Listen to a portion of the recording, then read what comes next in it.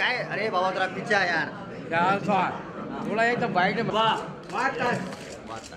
Thank you नहीं एक minute यार कौन बोल रहा है इधर देखो और तेरा दुकान है? थैंक यू एक सोलो दिया एक सोलो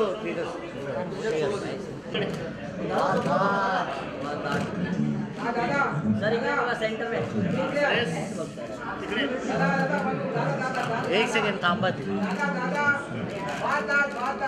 वन मोर इधर चले गए क्या बात है? क्या बात है सेंटर में देखो सर सेंटर में एक वही वीडियो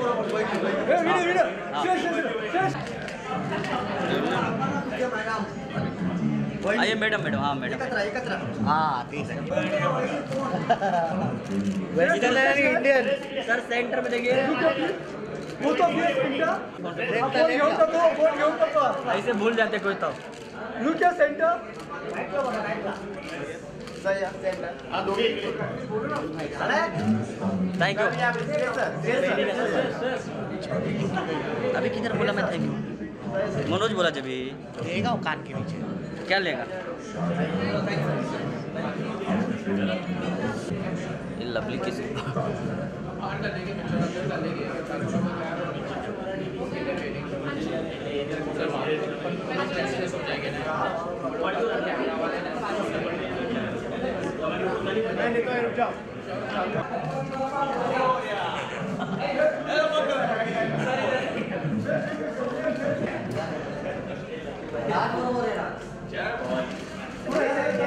इथे पण बघा इथे दादा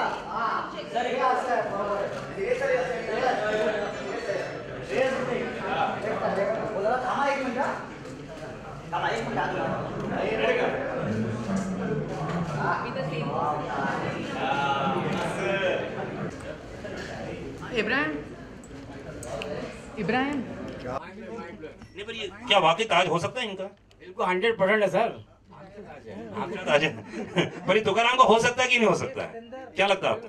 हा तुकारामचाच होईल अजून कोणाचा नाही होणार बाबा समझते हैं आप ना? ये नहीं समझते हैं ना? कौन से गांव के हैं आप जो ये ताज को लेने जा रहे हैं? क्या है ये? बुद्रुक पिपळापुर का है मैं अच्छा हाँ लेकिन क्या है वो जमीन हमारा है नहीं, जमीन ताजमहल का जमीन जो है हमारा है पर लोग कहते हैं वो शाहजहां ने बनाया था मुमताज की याद में। ये बनाया उन्होंने वो सब करेक्ट है लेकिन जमीन जिस पे बना है ना वो जमीन हमारा है वो कंस्ट्रक्शन उन्होंने किया है उसके ऊपर हमारा उसमें कोई हाथ नहीं है। अच्छा कंस्ट्रक्शन। हाँ कंस्ट्रक्शन उन्होंने मारा है लेकिन क्या है जमीन हमको बिना बताए मेरे परदादा से सल्टा लिया ना उन्होंने। ओके हाँ तो ऐसा वो जमीन हमको वापस मांगते क्या अभी मैं शेतकरी आदमी है मैं किसान आदमी है मेरे को खाली खेती करना आता है तो मेरे को उधर खेती करने का है मेरे पास जमीन नहीं है। अच्छा। तो मेरे को जैसा ये 23 सितंबर को अभी हमारा निकाल लगने वाला है जैसे अपने हक में आ जाएगा मैं ताजमहल को हटा देगा और मैं वहां पे अपना खेती बाड़ी करेगा। अरे बाप रे, तो इन्होंने कौन कौन ताज नहीं देखा? नहीं देखो देख लो बाबा जल्दी जाके आप भी हाँ नहीं तो 23 सितंबर को उधर से हाँ थैंक यू होने वाले सब। हाँ जी अच्छा पिक्चर में ही देखा तो प्लीज आप चले जाओ। तो इनको देंगे आप मौका मौका? बिल्कुल बिल्कुल जाएगा मैं जयंती भाई से रिक्वेस्ट करेगा टिकट के लिए। अच्छा हाँ तो होटल भी तो बाइको आई है आपकी यहाँ पे?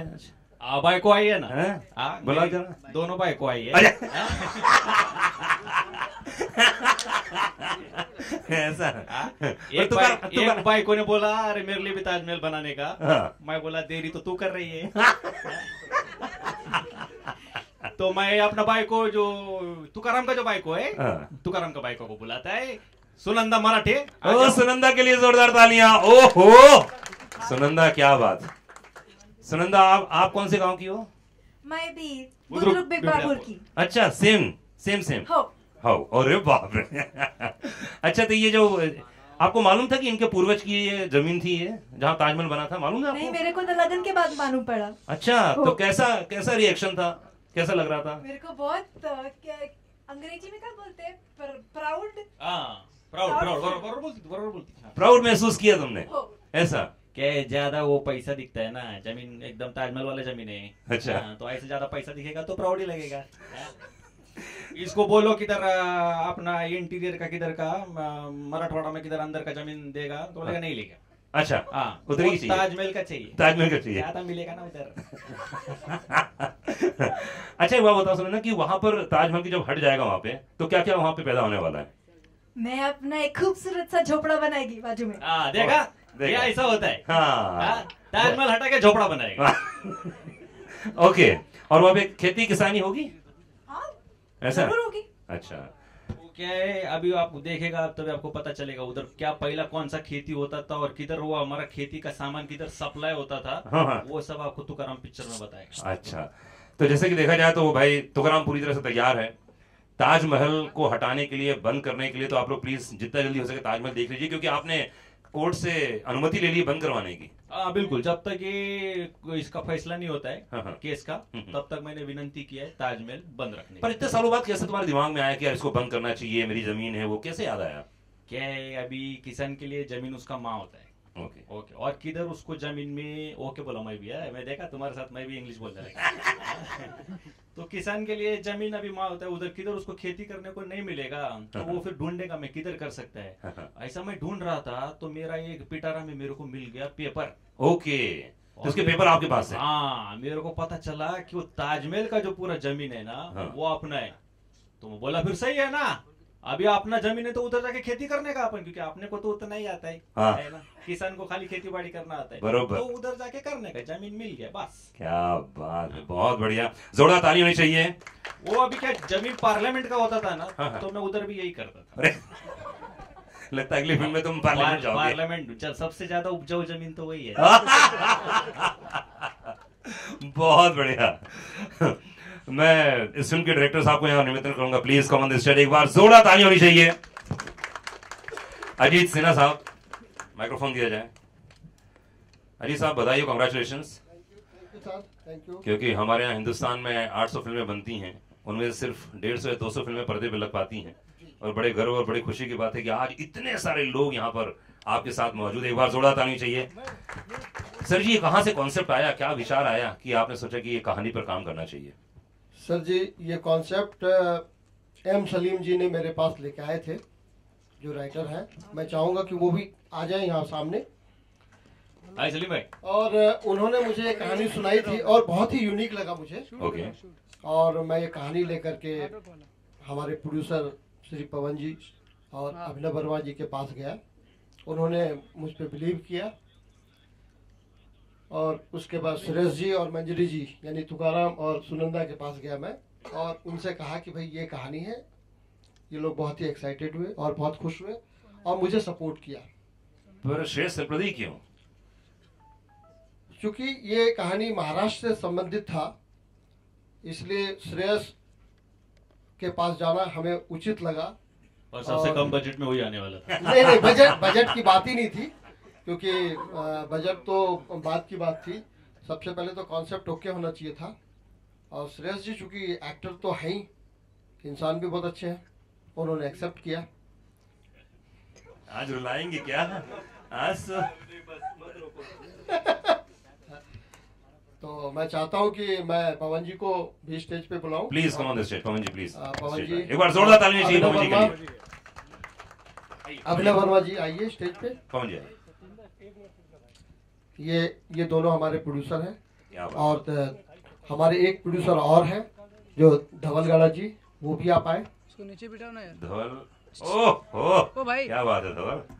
ओ इसके अलावा मैं चाहता हूं कि हेमंत पांडे जी स्टेज पे आए। ये इस फिल्म में मुख्य किरदार में है। पांडे जी आ गए। और अब मैं जयंती भाई जी को बुलाऊंगा, please come on the stage, Jayantilal Gadha ji को please come on the stage. एक बार जोरदार ताली होनी चाहिए। जैसे कि आपको मालूम ही है जयंती भाई की बहुत सारी फिल्में आती हैं और आपके पास तो अभी इतनी बड़ी बड़ी लाइनअप है। जयंती भाई माइक्रोफोन। जयंती भाई, इतनी सारी फिल्में, अभी तो कमल 2 आने वाली है, कहानी 2 आने वाली है ना? उसके बीच में इतनी छोटी, इतनी प्यारी, इतनी कमाल की फिल्म, ये आप हमेशा लोगों को सपोर्ट करते हैं, क्या रीजन है इस फिल्म में, क्या नजर आया आपको? ये फिल्म हमको दिखाई अजीत जी ने और पवन जी को साथ लाए, फिर अच्छी दोस्ती बनी, तो फिल्म बहुत अच्छी है। तो हमने बोला कि इसको लानी चाहिए, लेकिन मैंने थोड़ा ब्रेक लिया था बिजनेस से, तो इसीलिए डिले हुई।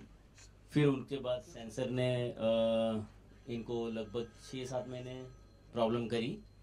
सेंसर में बहुत प्रॉब्लम हुई और सेंसर ने जो लाइन लिखी जिससे हम लोग सब लोग पढ़ के भी दुखी हैं कि ये फिल्म दिखाने से हिंदू मुसलमान के दंगे फसाद हो जाएंगे।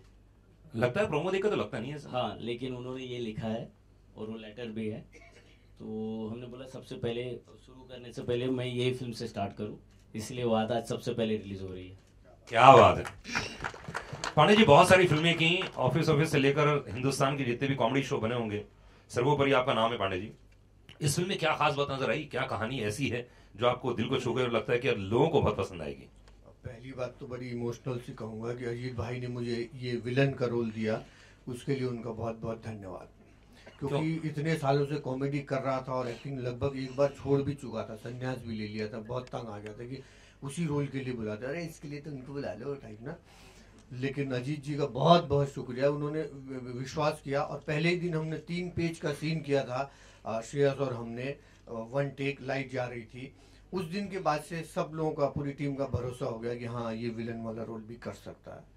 और आज क्यों ऐसा लगता था कि आप विलन नहीं कर सकते हो तो सही नहीं, हम तो हैं लेकिन देते नहीं थे ऐसा रोल। तो आज मेरी 12-13 फिल्में बन के तैयार है, जिसमें से 5 भी रिलीज हो गई, तो 3-4 में विलन हूँ आने वाली फिल्म। अगली फिल्म में जयंती लाल गड़ा जी को दिखाया जाए, उन्हीं वो कोई करेंगे आप सब। आज वो मिल चुके हैं और उनकी वाकई उनका टेस्ट जिस तरह का मदद करी या एक सपोर्ट दिया तो बल बढ़ता है, क्योंकि हम तो कलाकार हैं, मजदूर हैं। हो सकता है कल को आपकी फिल्म में भी दिखाई देंगे, कोई पान वाला भी पिक्चर बनाई देगा तो उसमें भी दिखाई देंगे। लेकिन हमें अच्छा लगा कि हमारे साथ काबिल लोग जुड़े, बेहतरीन अभिनेता के रूप में श्रेयस जुड़े, मंजरी, अजीत भाई, सलीम जी। इतना अच्छा लेखन लिखते तो 25 साल से, लेकिन आज परमात्मा की कृपा से 10-10, 12-12 फिल्में अच्छी लिख रहे हैं।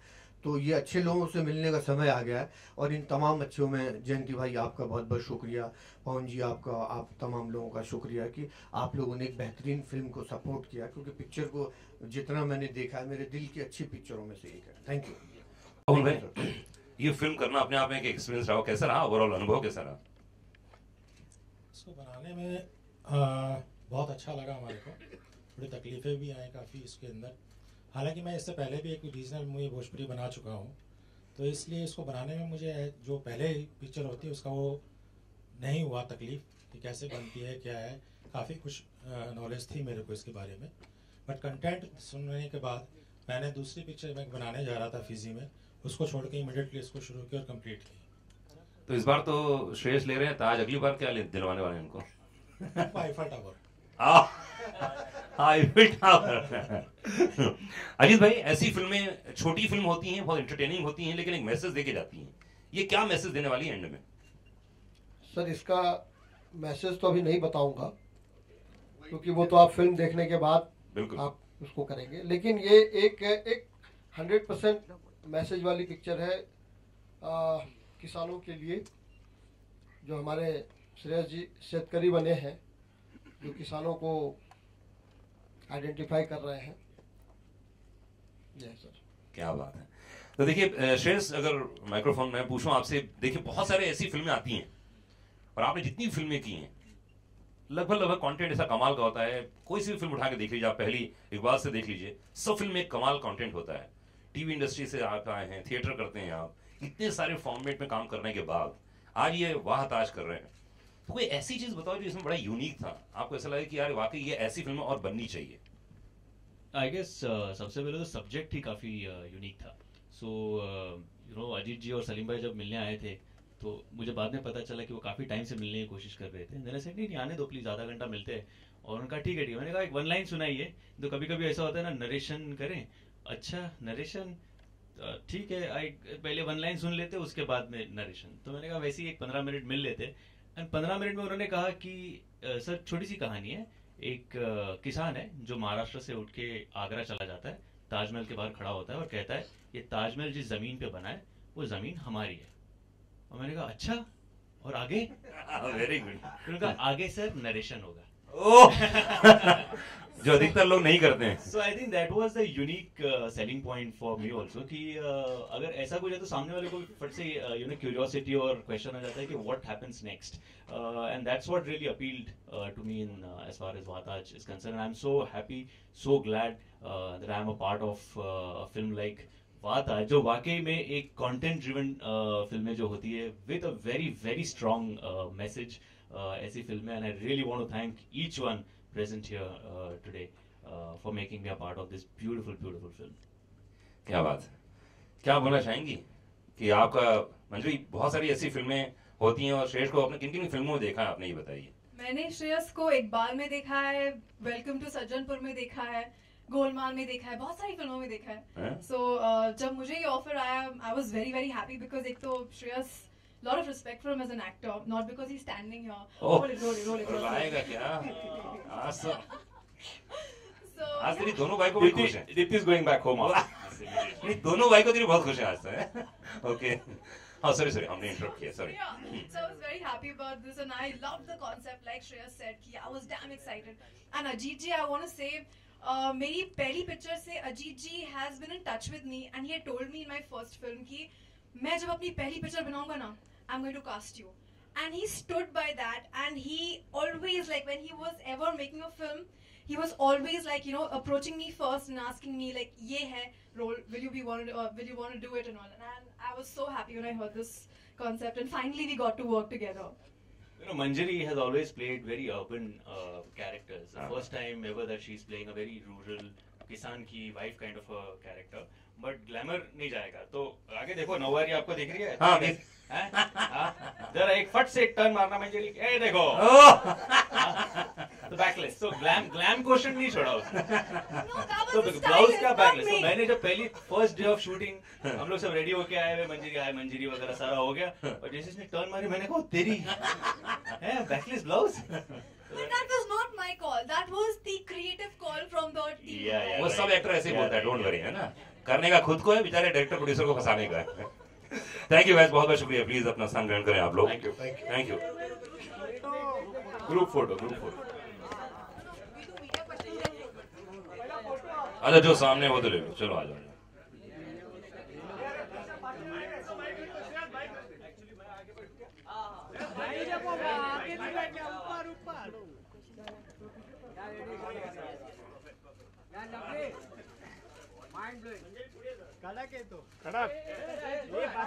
ये बस है, गलत नहीं लग रहा है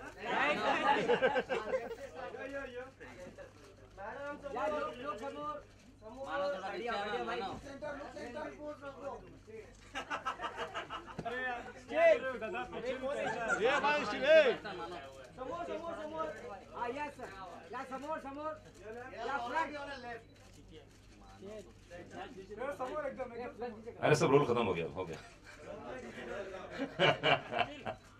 ओके, थैंक यू गाइस, बहुत बहुत शुक्रिया। Thank you. आइए, हाँ कास्ट के लिए मौका दे, फोटो बाद में कर लें।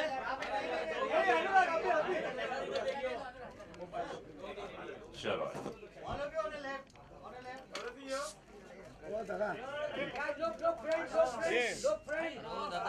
अरे बाळा खाली बस रे बाळा, आवाज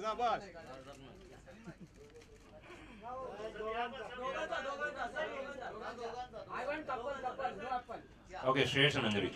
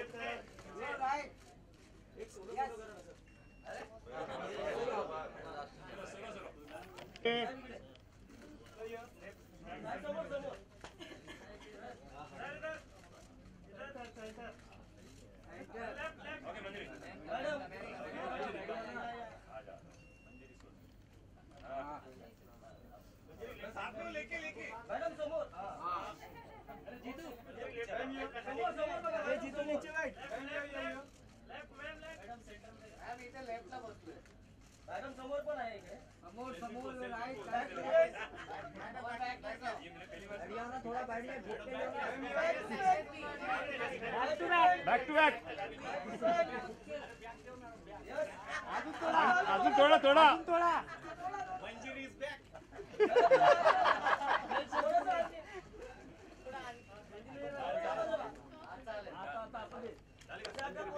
मानो नीचे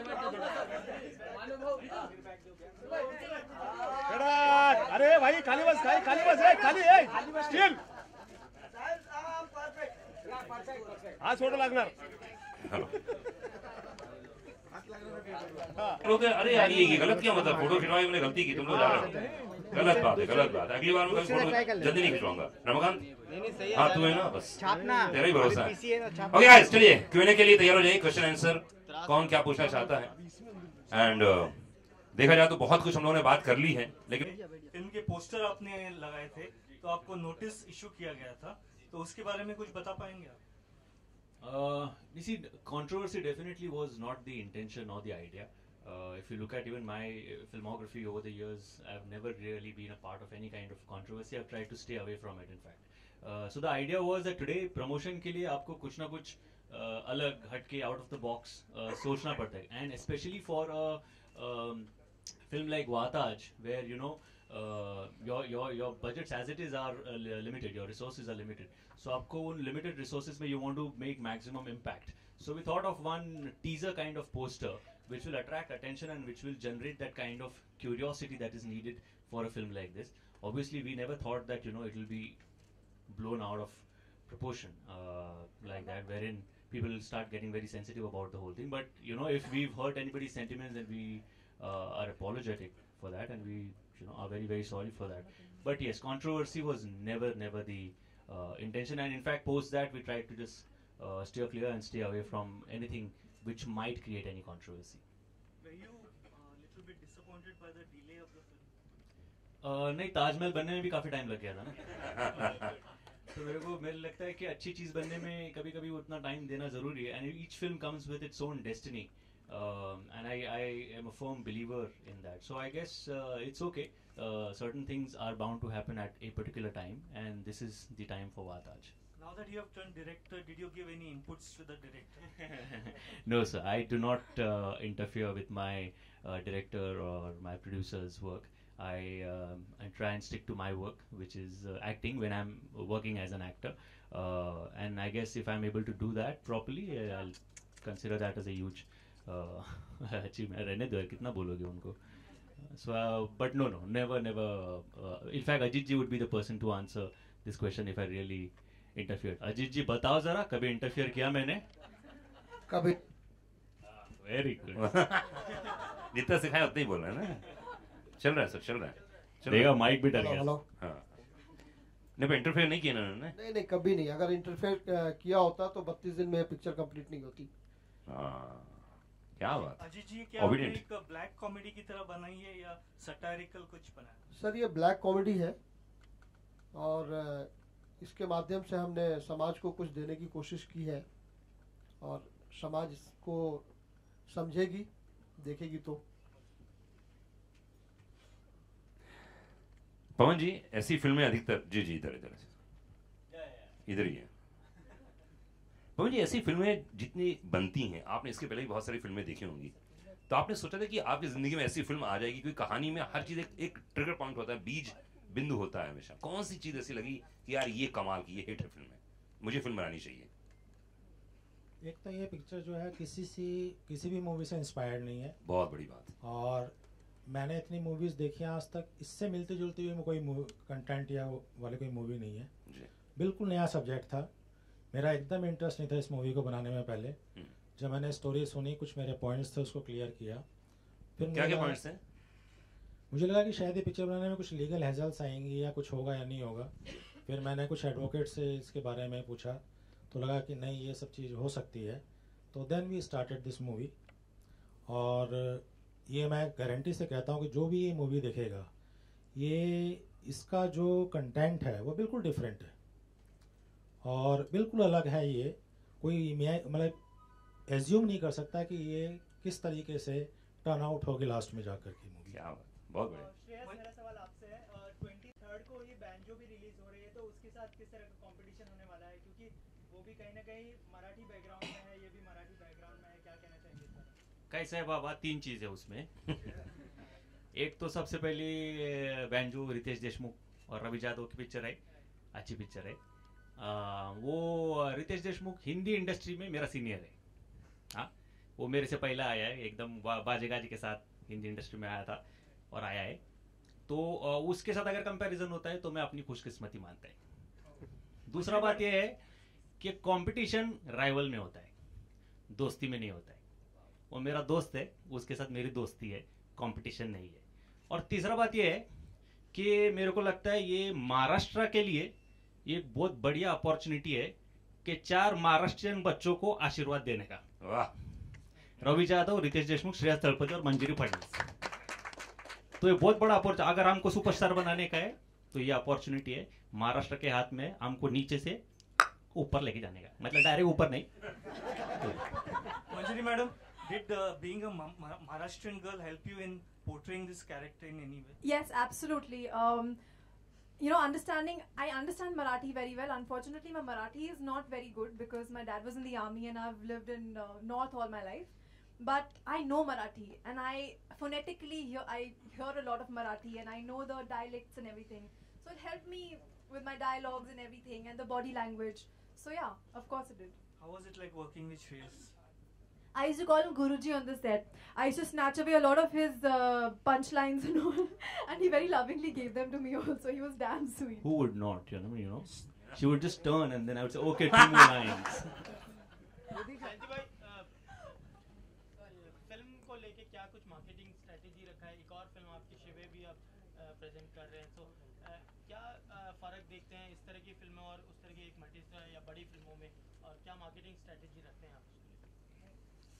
मार्केटिंग तो चलो, कॉस्ट तो अलग चीज़ है, लेकिन जैसे आपने बड़ी फिल्म बोला, अनुराग ने भी छोटी फिल्म बोला, तो मुझे लगता है कि पब्लिक बनाती है इसको, बड़ी या छोटी फिल्म हम लोग नहीं बनाते, क्रिएटिव लोग अपना काम करते हैं।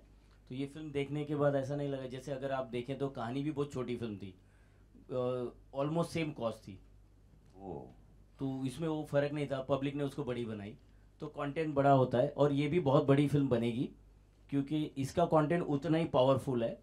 मार्केटिंग हम लोग इसकी 2 वीक कर रहे हैं क्योंकि ये फिल्म कोई रीज़न से डिले होती रही, जैसे श्रेयास ने बताया कि ताजमहल भी बनते हुए लेट हो गया, तो ये फिल्म के साथ भी बहुत सारे हादसे हुए और फाइनली आ रही है। तो ये देखेंगे तो अभी बार बार देखो, मैं PVR प्रोमो चला रहा है, अदरवाइज वो लोग भी शोकेसिंग में बहुत ये होते हैं। पहली बार उन्होंने एग्री किया कि ये हर प्रॉपर्टी पे प्रोमो चला रहे हैं, तो इसकी मार्केटिंग बहुत अच्छी हो रही है।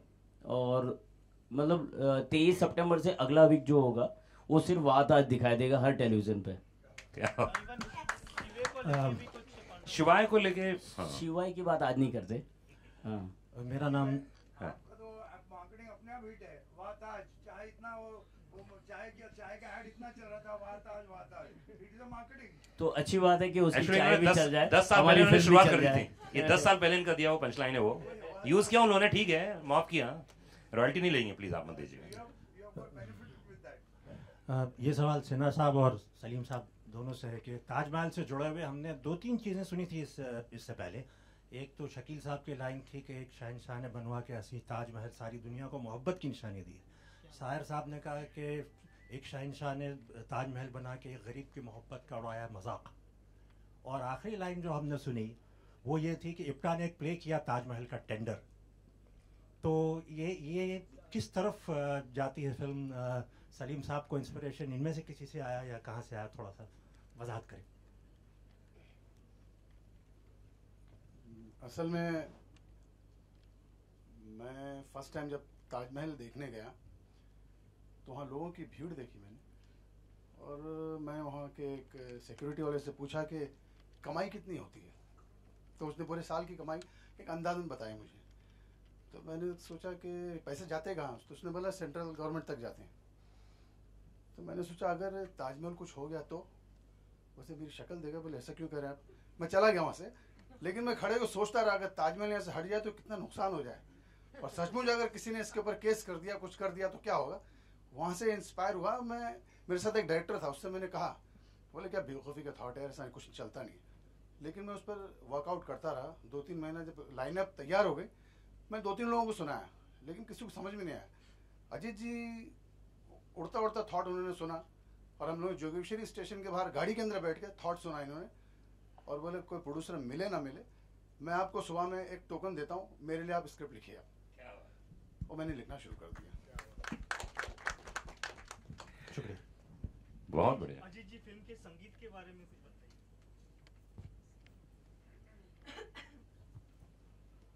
संगीत, सबसे पहले तो मैं संगीतकार को ही बुलाना चाहूँगा जो यहाँ पे उपस्थित है, विपिन पटवा जी, अगर गौरव जी हैं, गौरव डगांवकर,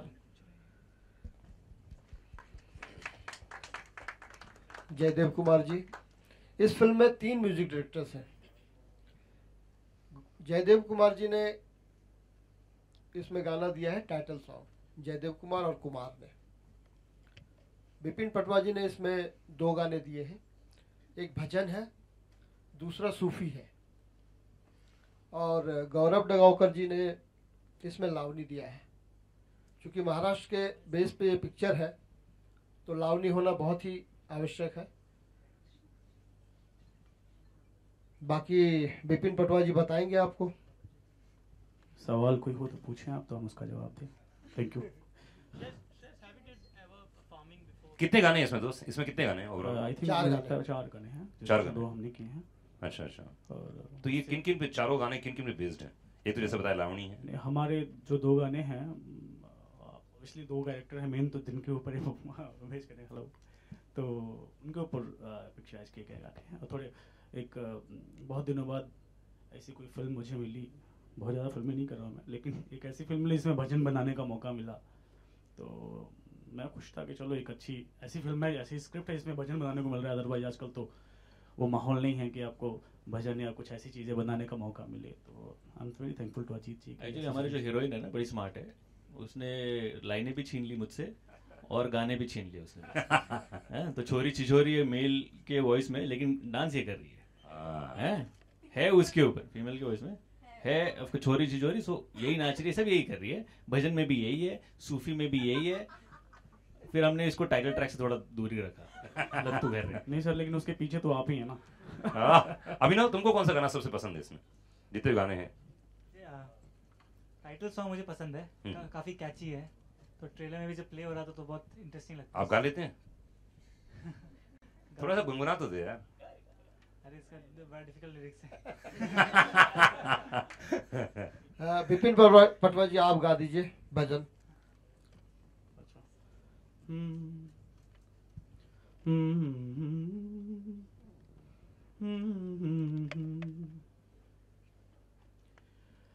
कान्हा मेरे कान्हा दुख की खड़ी है, कासे कहूँ मैं मुश्किल बड़ी है, तू ही तू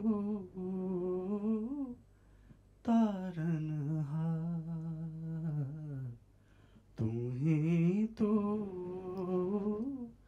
पालनहार। क्या बात है, बहुत बढ़िया, थैंक यू गाइस। एक last question.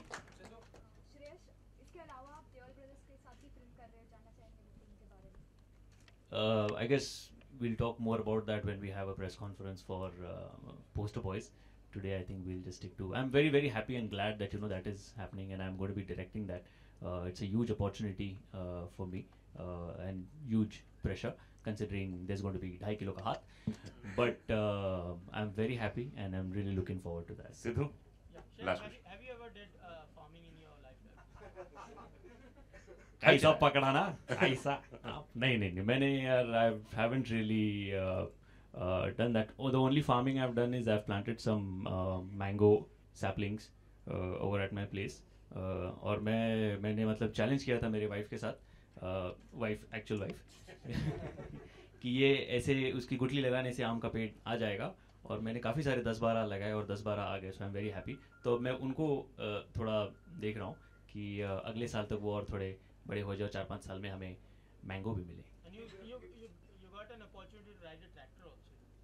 Oh yeah, that तो I was very very excited. Ajit जी ने in fact that day same morning he said sir चलिए आपकी एंट्री, और हमें ले गए। अच्छा वहाँ से आपकी एंट्री, तो बोला अच्छा कैसी एंट्री? चलिए सर आप बैठ जाइए ट्रैक्टर पे। तो मैं पीछे जाके बैठ गया। बोला अरे नहीं सर आपको ट्रैक्टर चलाना है। बोला ये कब हो गया? सो देन ही सेड आप चला लेते हो ना? सो मैंने कहा सर आप तो ऐसे पूछ रहे हो जैसे बाइक चला लेते हो, गाड़ी चला लेते हो। तो मैंने कहा नहीं चला तो नहीं, but then I practice for a little while, आधा 1 घंटा, and then I drove it. So then we again Agra में वी ट्राइड इट अगेन वहाँ पे, but it was very exciting क्योंकि इतनी बड़ी वो गाड़ी और उसका अंदाज़ा और उसका जजमेंट और उसका स्पीड सारा मैच करना थोड़ा टेंशन वाला मामला था, बट मज़ा आया। Ajit ji, lastly title was this only, और या इसके पहले कोई और टाइटल सोचा? नहीं, जब से ये स्क्रिप्ट आपने समझ में आई थी और सुनी थी, तब से ये टाइटल था। क्योंकि ये वाहताज जो है ना, एक तो हिंदुस्तान के लिए सबसे बड़ी चीज़ ताजमहल है और सबसे खूबसूरत है और इतनी शक्तिशाली चीज़ है, इतना पैसा कमाती है वो ताजमहल। अगर हम इसको बोल सकते हैं कि हिंदुस्तान के लिए ताजमहल हमारे लिए हेरिटेज है, तो तुकाराम जो है किसान, वो भी हमारे लिए हेरिटेज ही है।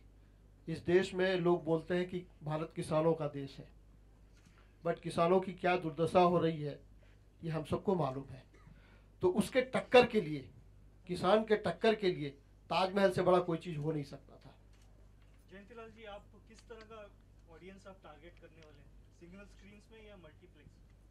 नहीं, ये दोनों में लगेगी और मल्टीप्लेक्स फर्स्ट लगेगी क्योंकि मल्टीप्लेक्स की ही फिल्म आई है। सिंगल स्क्रीन की नहीं बोल सकते हैं, लेकिन ये ज़्यादातर मल्टीप्लेक्स में लगेगी। Thank you guys. कितना स्क्रीन्स आप देख रहे हैं इस फिल्म के रिलीज के लिए? ये हम लोग लास्ट वीक में डिसाइड करेंगे, बट अच्छी शोकेसिंग करेंगे क्योंकि इसको पीवीआर ने बहुत अच्छा सपोर्ट किया है। उससे ऊपर भी बोल सकते हैं कि अमित जी ने इसको फिल्म को सपोर्ट किया है। जी हाँ, शुरू के वॉइस ओवर बहुत कमाल है। श्रेयस, मंजरी, एक फोटो आप लोगों के साथ। थैंक यू गाइस, बहुत बहुत शुक्रिया, बहुत बहुत शुक्रिया गाइस। आप लोगों का स्नैक्स बाहर है, फोटो। थैंक यू सब, thank you so much guys, thank you.